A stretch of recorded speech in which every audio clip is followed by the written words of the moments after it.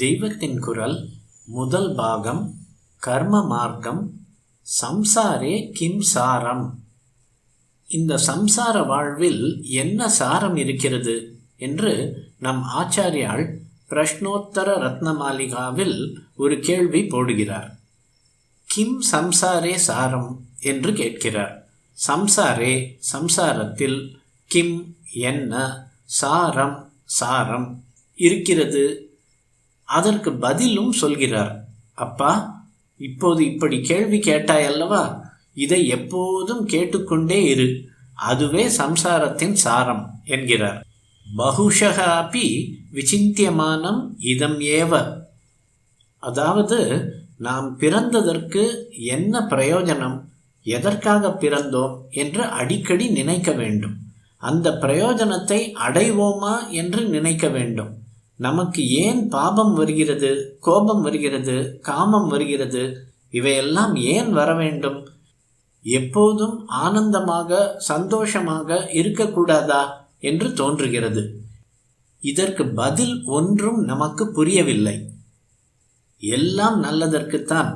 ஒரு மரத்திலே புஷ்பத்திலிருந்துதான் காயும் பழமும் உண்டாகின்றன. புஷ்பமாக இருக்கும்போது மூக்குக்கும், பழமாக இருக்கும்போது நாக்குக்கும் ரசமாக இருக்கின்றன. பழம் நல்ல மதுரமாக இருக்கிறது. இந்த மதுரம் வருவதற்கு முன் எப்படி இருந்தது?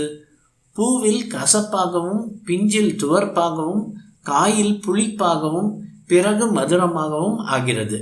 மதுரம் என்பதுதான் சாந்தம். சாந்தம் வந்தால் எல்லா பற்றும் போய்விடுகிறது.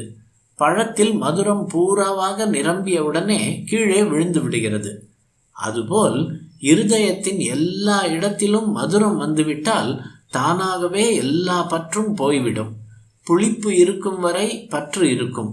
அப்போது காயை பறித்தால் காம்பில் ஜலம் வரும், காயிலும் ஜலம் வரும். அதாவது மரமும் காயை விட்டுவிட விரும்பவில்லை, காயும் மரத்திலிருந்து விடுபட விரும்பவில்லை. ஆனால் நிறைந்த மதுரமாக ஆகிவிட்டால் தானாகவே பற்றும் போய்விடும், பழம் தானே இற்று விழுந்துவிடும். மரமும் பழத்தை விடுகிறது, பழமும் மரத்தை விடுகிறது. இரண்டும் ஜலம் விடாமல், அதாவது அழாமல் ஆனந்தமாக பிரியும். படிப்படியாக வளர்ந்து மனம் முழுவதும் மதுரமயமான ஒவ்வொருவனும் இப்படியே ஆனந்தமாக சம்சார விருட்சத்திலிருந்து விடுபட்டு விடுவான். பழமாக ஆவதற்கு முன் ஆரம்ப தசையில் எப்படி புளிப்பும் துவர்ப்பும் வேண்டி இருக்கின்றனவோ அதுபோல காமம், வேகம், துடிப்பு எல்லாமும் வேண்டியவைதான் போல் இருக்கிறது. இவற்றுக்கு நாம் ஆரம்ப தசையில் ஆட்படும் போதே இவற்றிலிருந்து பூரணமாக விடுபட முடியாது. ஆனாலும் இவையெல்லாம் ஏன் வருகின்றன என்று அடிக்கடி நினைத்தாவது பார்க்க வேண்டும். இப்போது இன்ன உணர்ச்சி வந்ததே, ஆசை வந்ததே, கோபம் வந்ததே, பெருமை வந்ததே, பொய் வந்ததே, இதனால் ஏதாவது பிரயோஜனம் உண்டா?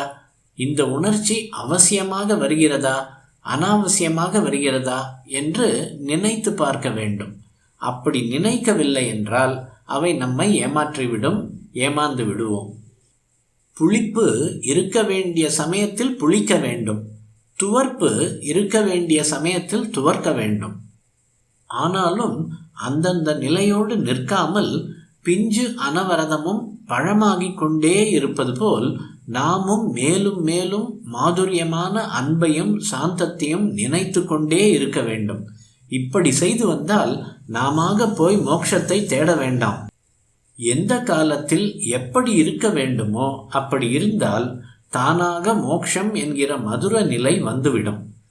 அப்படி இல்லாமல் தகாத பருவத்தில் முயற்சி செய்தால் பிஞ்சிலே பழுத்த மாதிரி தான். அது வெம்பல் தான், அதில் மதுரம் இருக்காது. வெம்பி விழுந்திடுமோ என்று ராமலிங்கர் பாடின மாதிரி நாம் வெம்பி போவதில் ஒரு பிரயோஜனமும் இல்லை. அதற்காக நாம் தீர்க்க வேண்டிய கர்மா மூட்டை ஏகமாக இருக்கிற இப்போதே நமக்கு பரம ஞானம் உடனே வந்துவிட வேண்டும் என்று தவியாக தவித்து ஆத்திரப்படுவதும் தப்பு. இப்போது நாம் இருக்கிற மாதிரி கண்டதே காட்சி என்று இருக்கிறதும் தப்பு. அதற்காக நாம் தீர்க்க வேண்டிய கர்மா மூட்டை ஏகமாக இருக்கிற இப்போதே நமக்கும் பரம ஞானம் உடனே வந்துவிட வேண்டும் என்று தவித்து ஆத்திரப்படுவதும் தப்பு. நாம் இப்போதே பரம ஞானம் வர வேண்டும் என்று அதை தேடி போக வேண்டாம். இந்த ஜென்மத்திலே வரவில்லை என்றால் எத்தனை ஜென்மம் கழித்தாவது வரட்டும் என்று கருதி நம் கடமைகளை செய்து கொண்டிருப்போம். நம்முடைய வேதம் விதிக்கிறபடி தர்மத்தை அனுஷ்டானம் பண்ணுவோம். அப்படி செய்தால் படிப்படியாக பரம ஞானமும் தானே வந்துதான் ஆக வேண்டும். இப்போது நமக்கு வெளி காரியங்கள், வெளி வேஷங்கள் தானே தெரிகின்றன.